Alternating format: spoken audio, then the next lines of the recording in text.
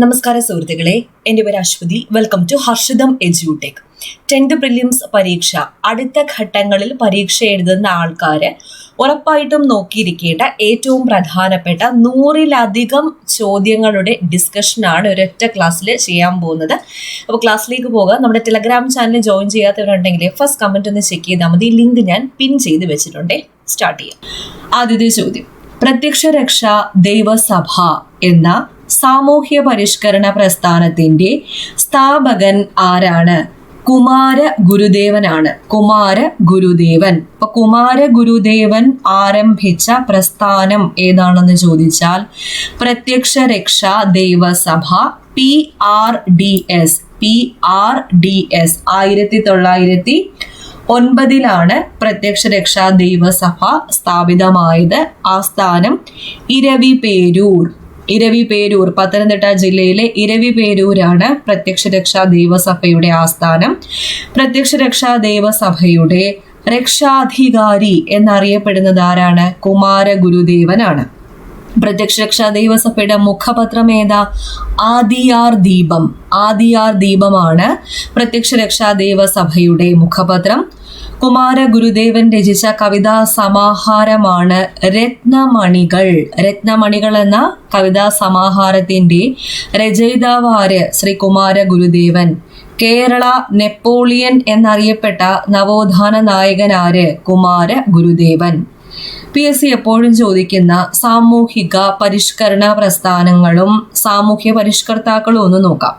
സമത്വ സമാജം, വൈകുണ്ഠ സ്വാമികൾ. സമത്വ സമാജം എന്ന പ്രസ്ഥാനത്തിന്റെ സ്ഥാപകനാരാണ്? വൈകുണ്ഠ സ്വാമികൾ. വർഷം 1836. ശ്രീനാരായണ ഗുരു, ശ്രീനാരായണ ധർമ്മ പരിപാലന യോഗം.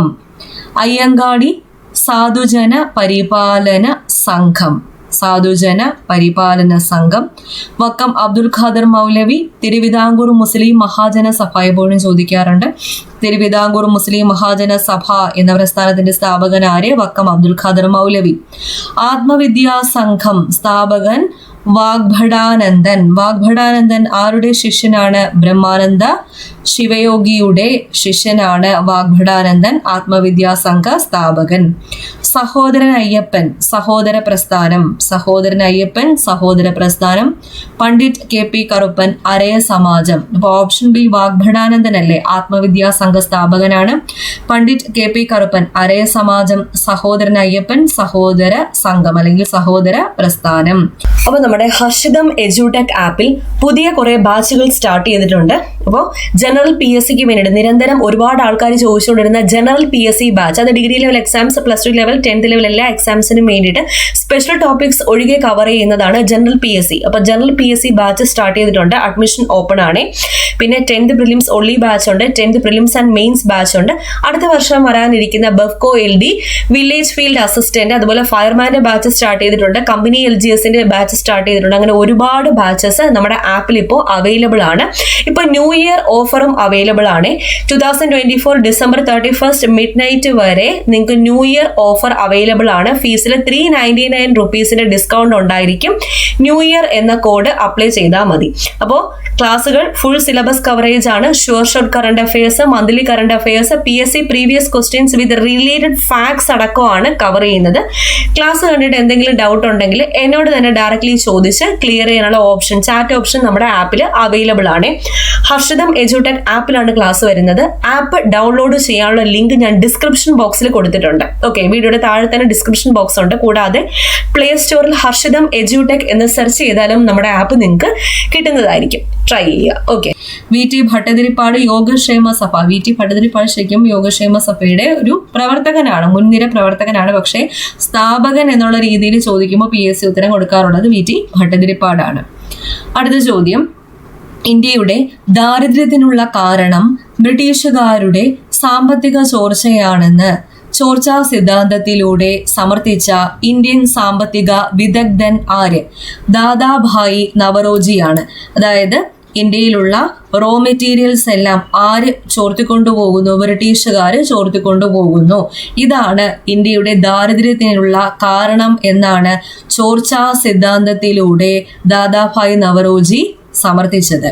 സാമ്പത്തിക ശാസ്ത്രത്തിന് വ്യക്തമായ അടിത്തറ നൽകിയ സാമ്പത്തിക ശാസ്ത്രജ്ഞനാണ് ആദം സ്മിത്ത്. സാമ്പത്തിക ശാസ്ത്രത്തിന് വ്യക്തമായ അടിത്തറ നൽകിയ സാമ്പത്തിക ശാസ്ത്രജ്ഞൻ ആരാണ്? Adam Smith. ഇദ്ദേഹത്തിന്റെ പ്രശസ്തമായ ഗ്രന്ഥമാണ് Nature and Causes of the Wealth of Nations. അപ്പൊ വെൽത്ത് ഓഫ് നേഷൻസ് എന്ന് മാത്രവും ചോദിക്കാം. ഫുൾ ആയിട്ടുള്ള name Nature and Causes of the Wealth of Nations എന്നതാണ്. രചിച്ചതാരാണ്? Adam Smith.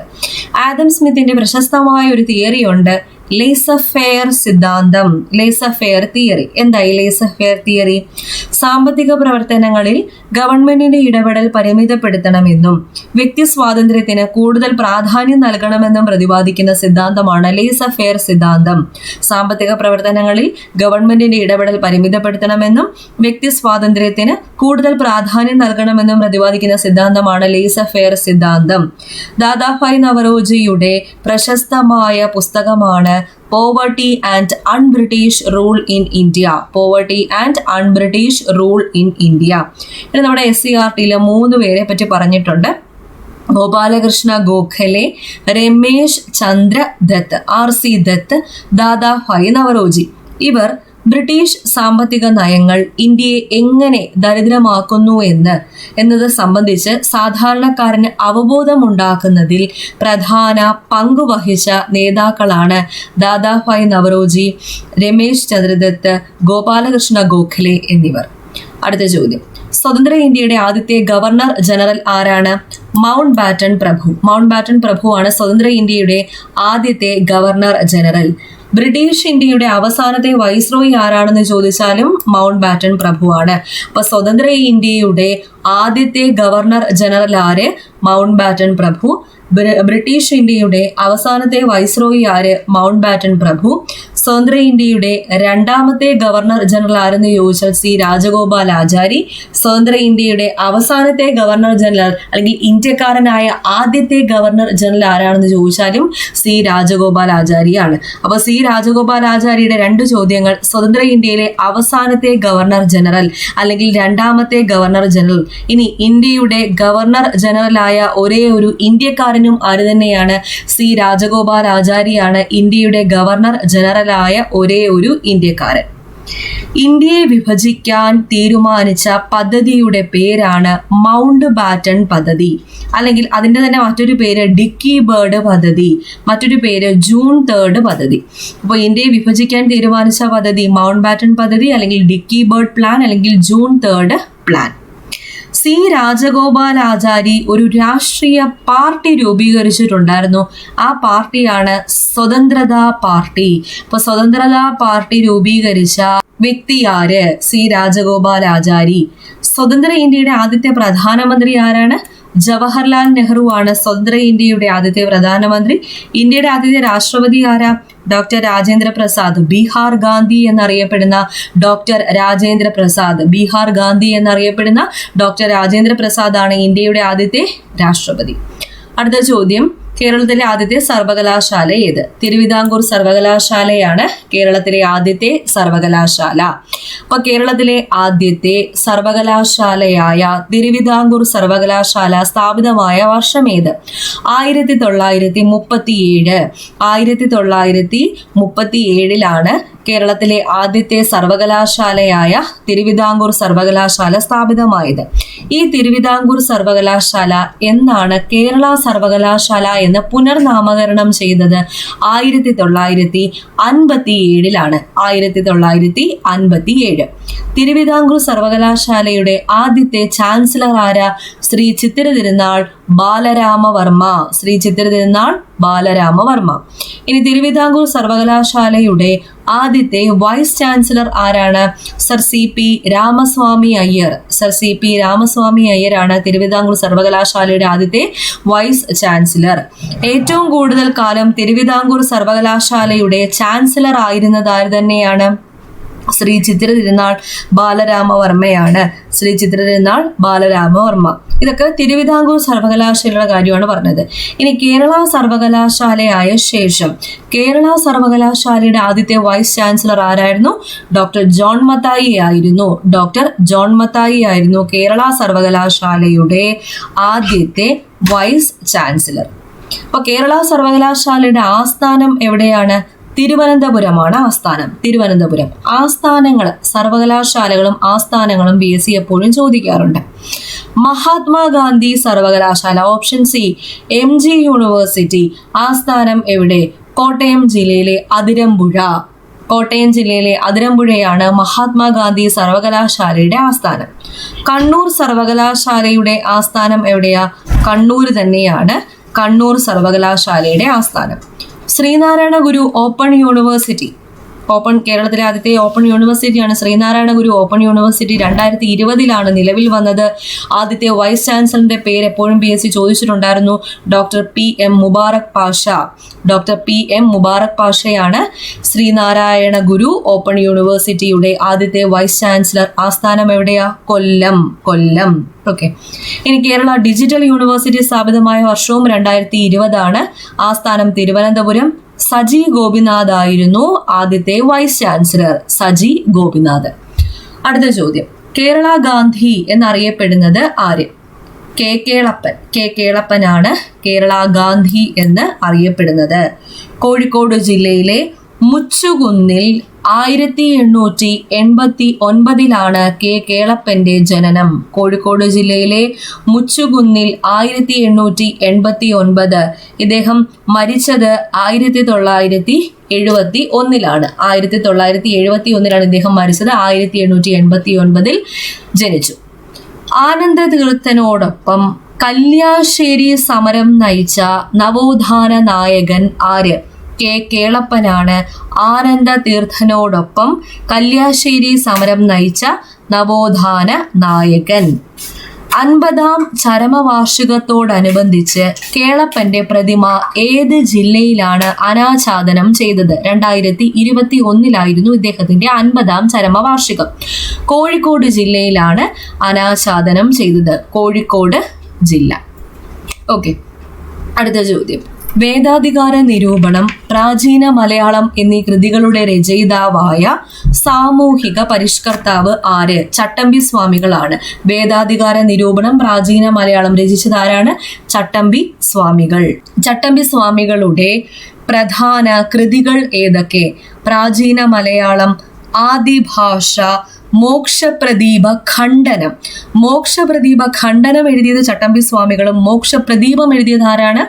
ബ്രഹ്മാനന്ദ സ്വാമി ശിവയോഗിയുമാണ്. അപ്പൊ പ്രാചീന മലയാളം, ആദിഭാഷ, മോക്ഷപ്രദീപ ഖണ്ഡനം, ജീവകാരുണ്യ നിരൂപണം, ക്രിസ്തുമത നിരൂപണം, നിജാനന്ദ വിലാസം, വേദാധികാര നിരൂപണം, ഇവയൊക്കെ ചട്ടമ്പി സ്വാമികളുടെ കൃതികളാണ്. ഇദ്ദേഹം ജനിച്ചത് കൊല്ലൂർ. വർഷം 1853. ഇദ്ദേഹം സമാധിയായത് 1924. അപ്പൊ ബ്രഹ്മാനന്ദ ശിവയോഗിയുടെ മോക്ഷപ്രദീപം എന്ന കൃതിയെ വിമർശിച്ചുകൊണ്ടുള്ള ചട്ടമ്പി സ്വാമികളുടെ കൃതി ഏതാണ് എന്ന് ചോദിച്ചാൽ മോക്ഷപ്രദീപ ഖണ്ഡനം. ചട്ടമ്പി സ്വാമികളുടെ ഏറ്റവും വലിയ കൃതി ഏതാണ്? പ്രാചീന മലയാളമാണ് ചട്ടമ്പി സ്വാമികളുടെ ഏറ്റവും വലിയ കൃതി. ചട്ടമ്പി സ്വാമികളുടെ യഥാർത്ഥ പേര് അയ്യപ്പൻ എന്നതാണ്. പിന്നെ എങ്ങനെ ചട്ടമ്പി എന്നായി? ഗുരുകുല വിദ്യാഭ്യാസ കാലത്ത് ക്ലാസ് നിയന്ത്രണത്തിന് ചട്ടങ്ങൾ നടപ്പിലാക്കാനുള്ള ചുമതല ഗുരുനാഥൻ ആരെ ഏൽപ്പിച്ചു? അയ്യപ്പനെ ഏൽപ്പിച്ചു. ചട്ടങ്ങൾ നടപ്പിലാക്കാൻ ചുമതലയുള്ളയാൾ എന്ന അർത്ഥത്തിലാണ് ചട്ടമ്പി എന്ന പേര് ആർക്ക് കിട്ടിയത്? അയ്യപ്പന് കിട്ടിയത്. അങ്ങനെ പിൽക്കാലത്ത് അദ്ദേഹം ചട്ടമ്പി സ്വാമികൾ എന്ന് അറിയപ്പെട്ടു.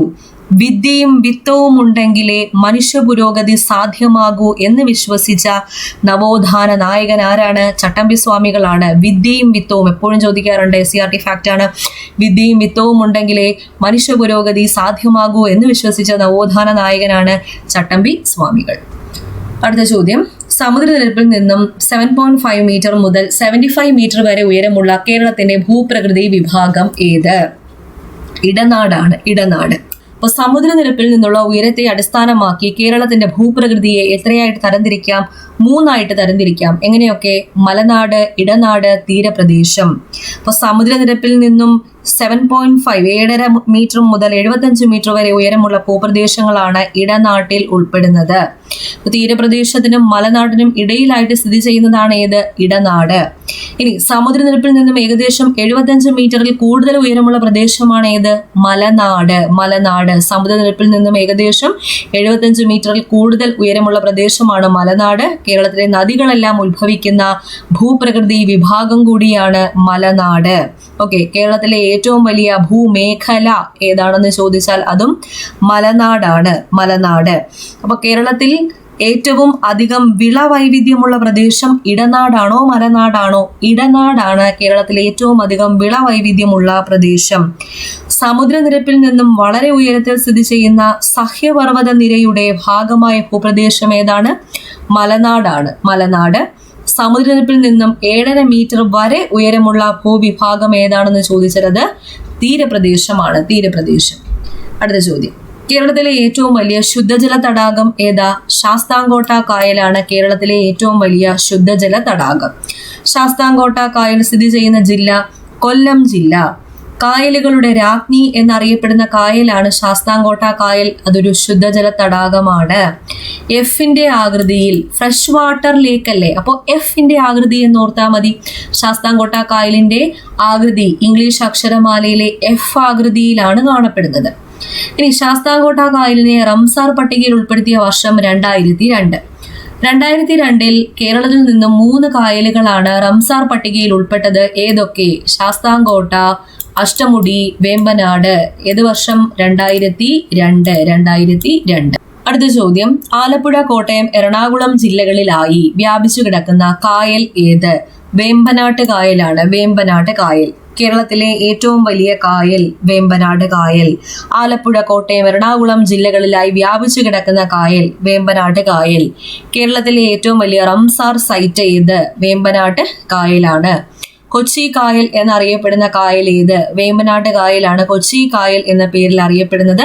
കുട്ടനാട്ടിൽ വേമ്പനാട്ട് കായൽ ഏതു പേരിലാണ് അറിയപ്പെടുന്നത്? പുന്നമട കായൽ. നെഹ്റു ട്രോഫി വള്ളംകളി നടക്കുന്നത് വേമ്പനാട് കായലിലാണ്. അത് കുട്ടനാട് ആലപ്പുഴയിലായതുകൊണ്ട് പുന്നമട കായലിലാണ് എന്ത് നടക്കുന്നത്? നെഹ്റു ട്രോഫി വള്ളംകളി നടക്കുന്നത്. ആലപ്പുഴ ജില്ലയിലെ കൈതപ്പുഴ കായൽ ഏത് കായലിന്റെ ഭാഗമാണ്? വേമ്പനാട് കായലിന്റെ ഭാഗമാണ്. വേമ്പനാട് കായലിൽ സ്ഥിതി ചെയ്യുന്ന പ്രധാനപ്പെട്ട ദ്വീപുകൾ ഏതൊക്കെ? പാതിരാമണൽ, പെരുമ്പളം, വൈപ്പിൻ, വല്ലാർപാടം, വെല്ലിംഗ്ടൺ, കടമക്കുടി. പാതിരാമണൽ, വെല്ലിംഗ്ടൺ, പെരുമ്പളം, വൈപ്പിൻ, വല്ലാർപാടം, കടമക്കുടി എന്നിവ വേമ്പനാട് കായലിലെ പ്രധാന ദ്വീപുകളാണ്.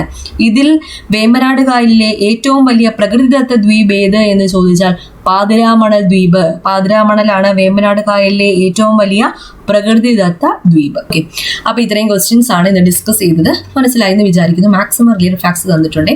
അടുത്ത ക്ലാസ്സിൽ വീണ്ടും കാണാം.